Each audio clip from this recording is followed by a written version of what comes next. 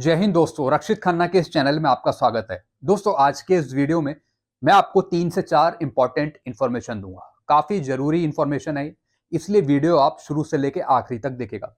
दोस्तों, कुछ पेंशनर हैं जिन्होंने अपना लाइफ सर्टिफिकेट बैंक में जाकर सबमिट करा, और मैं बहुत पहले से ही वीडियो बनाता आया हूं जिसमें मैंने आपको बताया कि आप बैंक जाकर भी अपना लाइफ सर्टिफिकेट दे सकते थे, जिनका स्पर्श पे माइग्रेशन हो गया है। और दोस्तों, इसी बेस पर स्पर्श ने पीसीडीए ने एक लेटर निकाला था जिसमें नीचे एक फॉर्मेट बना हुआ था कि इस फॉर्मेट को भरकर आप अपना लाइफ सर्टिफिकेट स्पर्श पीपीओ के साथ बैंक में दे सकते हैं। तो दोस्तों, जितने भी पेंशनर्स थे, जितने भी फैमिली पेंशनर थे जिन्होंने अपना लाइफ सर्टिफिकेट बैंक में जाकर सबमिट करा, तो दोस्तों उनका लाइफ सर्टिफिकेट अप्रूव हो गया है पीसीडीए स्पर्श द्वारा। जैसा कि आप ये मैसेज देख रहे हैं, इन पेंशनर ने अपना लाइफ सर्टिफिकेट बैंक में जाकर दिया था, मैनुअली लाइफ सर्टिफिकेट जमा किया और इनका लाइफ सर्टिफिकेट अप्रूव हो गया स्पर्श पीसीडीए द्वारा। जैसा कि आप नीचे ड्यू डेट देख रहे हैं, अगले साल की नवंबर 2024 की। तो दोस्तों, मैं आपको शुरू से ही गाइड करता आ रहा था कि अगर आपको नहीं पता कि किस तरीके से डीएलसी सबमिट होता है या फिर रिजेक्ट हो रहा है, तो आप एमएलसी भी सबमिट कर सकते हैं बैंक जाकर। तो दोस्तों, जो मेरी मुहिम थी, जो मैंने प्रयास किया, वो पेंशनर्स को काफी हेल्प मिली उससे, और पेंशनर का सक्सेसफुली लाइफ सर्टिफिकेट सबमिट हुआ। तो दोस्तों, इस तरीके से इन पेंशनर का भी लाइफ सर्टिफिकेट अप्रूव हो गया पीसीडीए स्पर्श द्वारा, और इन्होंने एमएलसी सबमिट करा था बैंक जाकर। तो बैंक ने भी स्पर्श पीपीओ के साथ आपका लाइफ सर्टिफिकेट अपडेट करा स्पर्श पे, और वो स्पर्श पीसीडीए द्वारा अप्रूव हो गया। और जिन पेंशनर्स ने अपना लाइफ सर्टिफिकेट स्पर्श पे अपडेट करा, डायरेक्टली डीएलसी सबमिट करा, उनका भी लाइफ सर्टिफिकेट अप्रूव हुआ है स्पर्श पीसीडीए द्वारा। आप अपना स्टेटस चेक कर सकते हैं। कुछ पेंशनर बोल रहे थे कि सर, हमारी नवंबर की पेंशन नहीं आई, और जब उन पेंशनर ने बैंक से पूछा या फिर स्पर्श से पूछा, तो उन्होंने बोला कि आपने 30 नवंबर तक अपना लाइफ सर्टिफिकेट सबमिट नहीं करा, इस वजह से आपकी नवंबर की पेंशन रोक दी गई है। दोस्तों, ऐसा नहीं हो सकता। अगर आपकी पेंशन रुकी है तो एक बार आप शिकायत जरूर डालें, क्योंकि नवंबर की पेंशन तो हर एक पेंशनर्स को मिली है। और दोस्तों, लाइफ सर्टिफिकेट अपडेट ना होने के कारण या फिर लाइफ सर्टिफिकेट जमा ना होने के कारण आपकी पेंशन तो नवंबर की नहीं रुक सकती। और दोस्तों, पीसीडीए का स्पर्श का भी एक लेटर था जिसमें लिखा हुआ था कि जितने भी स्पर्श में माइग्रेटेड पेंशनर्स हैं, वो बैंक जाकर भी अपना लाइफ सर्टिफिकेट दे सकते हैं। और दोस्तों, बैंकों ने आपका लाइफ सर्टिफिकेट लिया है और वो स्पर्श पे अपडेट किया है। और उसमें एक और चीज लिखी हुई थी, एक लाइन लिखी हुई थी कि 31/12/2023 तक पेंशनर, फैमिली पेंशनर अपना लाइफ सर्टिफिकेट सबमिट कर सकते हैं स्पर्श पे। तो इसलिए नवंबर की पेंशन तो रुकने का कोई सवाल पैदा नहीं होता। फिर भी अगर आपकी नवंबर की पेंशन रुक गई है लाइफ सर्टिफिकेट के कारण, दोस्तों एक बार आप शिकायत जरूर डालें स्पर्श पे, और एक बार अपनी ड्यू डेट चेक कर लीजिए लाइफ सर्टिफिकेट की कि आपकी ड्यू डेट कब है। वैसे पेंशनर, फैमिली पेंशनर अपना लाइफ सर्टिफिकेट स्पर्श पे 31/12/2023 तक कर सकते हैं। मैं उन पेंशनर की बात कर रहा हूँ, उन फैमिली पेंशनर की बात कर रहा हूँ जिनकी ड्यू डेट 30 नवंबर थी और जो स्पर्श पे माइग्रेटेड है। 31/12 तक आप अपना लाइफ सर्टिफिकेट दे सकते हैं। जिनका भी रिजेक्ट हुआ है, आप अपना लाइफ सर्टिफिकेट सबमिट कर सकते हैं। जिनका हो गया, सब कुछ अप्रूव हो गया, सब कुछ हो गया, उनको कुछ करने की जरूरत नहीं है। फिर वो अगले साल अपना लाइफ सर्टिफिकेट भरेंगे। और दोस्तों, आपने अगर अपना लाइफ सर्टिफिकेट सबमिट नहीं करा दिसंबर में भी, तो आप 31 दिसंबर 2023 तक अपना लाइफ सर्टिफिकेट जरूर सबमिट करें। ऐसा ना हो कि आपकी दिसंबर की पेंशन रुक जाए। तो इसलिए 31 दिसंबर तक आप अपना लाइफ सर्टिफिकेट जरूर सबमिट करें। चलते हैं दोस्तों अगली इंफॉर्मेशन की तरफ। फिर दोस्तों, एक मैसेज है, ये आप लोगों के लिए जरूरी मैसेज है, इसलिए सही से समझिए इसे। दोस्तों, एक बेटा है जो लिखते हैं, सर मेरे फादर 15 दिसंबर 2013 को एक्सपायर हो गए, और इससे पहले इनकी मदर एक्सपायर हो गई थी। फिर क्या लिखते हैं, इनकी एक छोटी बहन है जो डिवोर्सी वुमेन है, डिवोर्सी डॉटर है, उसको फैमिली पेंशन दिलाने के लिए इन्होंने कार्रवाई करी, लेकिन अभी तक डिवोर्सी डॉटर को फैमिली पेंशन नहीं मिली। तो ये पूछ रहे हैं कि कब से कब तक का एरियर मिलेगा डिवोर्सी डॉटर को।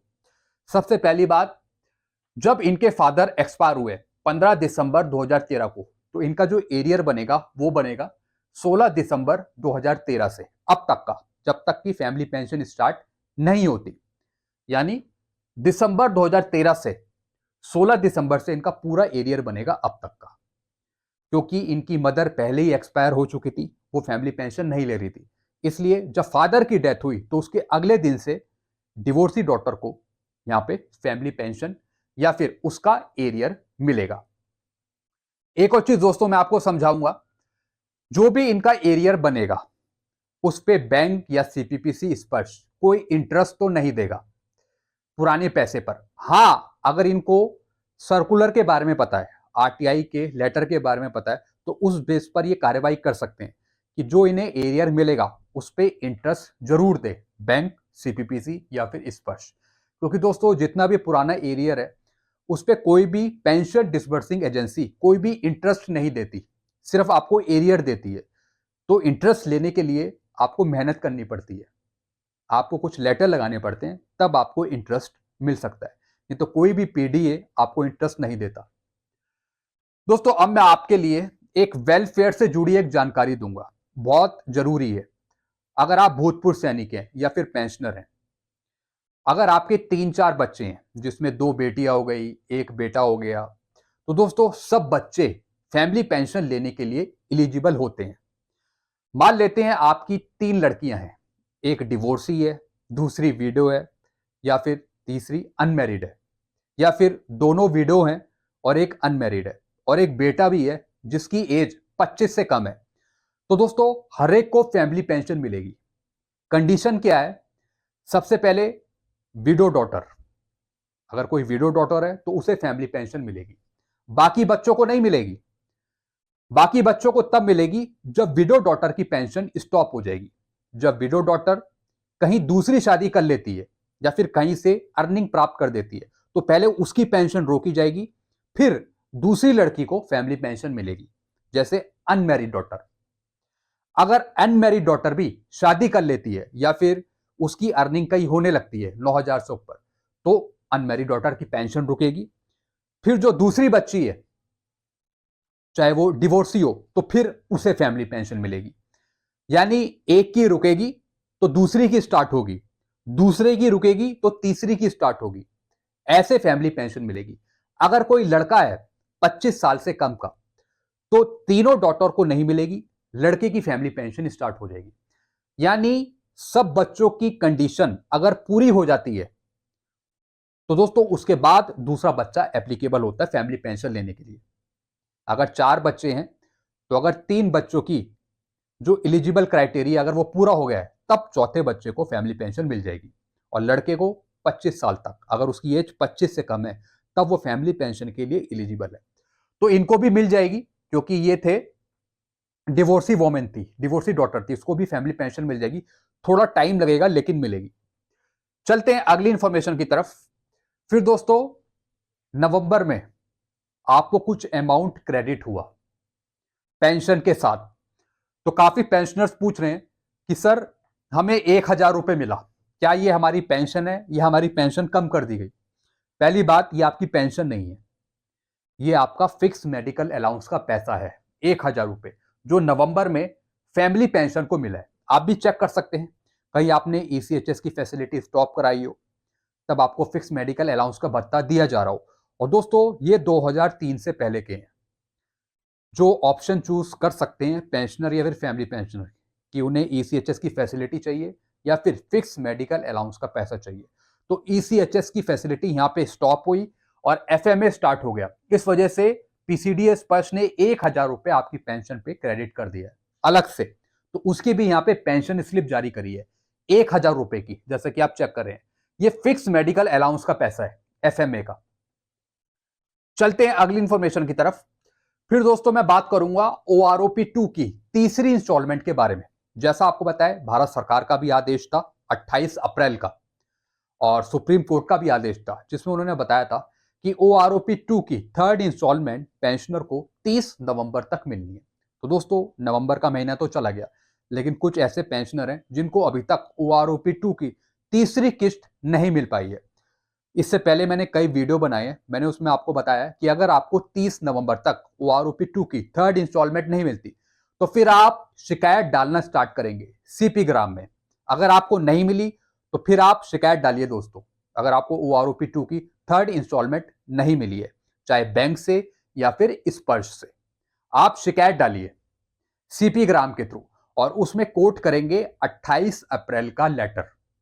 28 अप्रैल का लेटर है भारत सरकार का, एमओडी का, जिसमें लिखा है कि 30 नवंबर तक OROP-2 की थर्ड इंस्टॉलमेंट देनी है। तो आपको तो नहीं मिली, तो इसलिए आप शिकायत डालिए CP ग्राम के थ्रू, तब आपका काम हो सकता है जल्दी। फिर दोस्तों एक और इंपॉर्टेंट इंफॉर्मेशन मैं आपको दूंगा कि 2024 में आपको क्या क्या मिलेगा भारत सरकार की तरफ से। जैसा आपको पता है OROP-3 आपकी ड्यू है 1 जुलाई 2024 से, और दोस्तों ये उम्मीद लगाई जा सकती है कि भारत सरकार आपको टाइम पर OROP-3 दे दे, यानी सही टाइम पे आपको OROP-3 मिल जाए और इसमें आपकी पेंशन बढ़ोतरी हो सके। फिर बात आती है 8th CPC की। 8th CPC 8वां पे कमीशन 2024 में आपको नहीं मिलेगा, ना ही भारत सरकार आपको 2024 में 8वां पे कमीशन देगी, ना ही कोई फिटमेंट फैक्टर बढ़ेगा 2024 में। 2024 में आपको मेन चीजें क्या मिलेगी, वो भी भारत सरकार की तरफ से। हो सकता है कि आपका DADR मर्ज कर दिया जाए बेसिक पेंशन पे या फिर बेसिक पे में, तो इसमें आपको कुछ फायदा मिल जाए 1000, 2000, 500, 600 रुपए का। बाकी अगर आपको दूसरा बेनिफिट लेना है तो वो आपको OROP-3 में देखने को मिलेगा। बाकी और कोई रास्ता नहीं है जिससे आपकी पेंशन बढ़ाई जा सके, या तो OROP-3 या फिर DADR को मर्ज कर दिया जाए आपकी बेसिक पेंशन पे। यही दो तरीके हैं। अभी 18 महीने का जो DR का एरियर है उस पर भी अभी कोई बात नहीं चल रही है कि वो आपको मिल जाए आगे। चुनाव से पहले मेन मुद्दे जो हैं वो आपको या तो OROP-3 या फिर DADR मर्जर, DADR को मर्ज कर दिया जाए 50% होने पर। इस तरीके से आपके पेंशन भत्ते वगैरह बढ़ जाएंगे अगर ये होता है। वैसे दोस्तों देखेंगे कि जुलाई में हमें ठीक टाइम पे OROP-3 मिलती है या नहीं मिलती है, तो ये देखने वाली बात होगी। लेकिन दोस्तों सरकार है, चुनावी माहौल को भुनाने के लिए कुछ ना कुछ उसे देना पड़ेगा पेंशनर को या फिर फैमिली पेंशनर को। तो दोस्तों ये कुछ इंफॉर्मेशन थी जो मैंने आपके साथ डिस्कस करी, आपको समझाया। और भी कुछ पूछना हो लाइफ सर्टिफिकेट से रिलेटेड, पेंशन से रिलेटेड, तो आप नीचे कमेंट कर सकते हैं। अभी फिलहाल दोस्तों भारत सरकार की तरफ से कोई अच्छा रिस्पॉन्स नहीं है आप लोगों के लिए। अभी फिलहाल आज तक की सिचुएशन मैं आपको समझा रहा हूं। अभी तक की सिचुएशन है कि भारत सरकार अभी आपके लिए फिलहाल कुछ नहीं कर रही है। बाकी 2024 में आप OROP-3 देख सकते हैं अगर सही टाइम पे मिल जाए तो। और DADR जब 50% पहुंचेगा तो वो भी भारत सरकार की पॉलिसी रहेगी कि भारत सरकार उसे मर्ज करती है या नहीं करती है। क्योंकि अगर मर्ज करती है तो सिर्फ पेंशन ही नहीं, बाकी जो अदर अलाउंसेस हैं जिसमें ग्रेजुइटी भी आती है, लीव इनकैशमेंट भी आता है जिसमें DADR इंक्लूड होता है, तो वो भी बढ़ेंगे। तो सारा पैसे का खर्च कहां से क्या आता है, भारत सरकार का जो बटुआ है पैसे का वो खुलता है या नहीं, वो 2024 में देखेंगे। तो दोस्तों हम उम्मीद कर सकते हैं कि भारत सरकार आपके लिए कुछ ना कुछ अच्छा करे, आपको कुछ ना कुछ जरूर दे। या तो OROP-3 टाइम पे दे दे या फिर DADR को मर्ज कर दे बेसिक पे में। और दोस्तों कोई उम्मीद नहीं है कोई एक्स्ट्रा पैसा आप लोगों को मिलेगा। तो ये कुछ इन्फॉर्मेशन थी जो मैंने आपके साथ शेयर करी। वीडियो आपको अच्छा लगता है वीडियो को लाइक करें और इस चैनल को सब्सक्राइब कर सकते हैं। Thank you so much.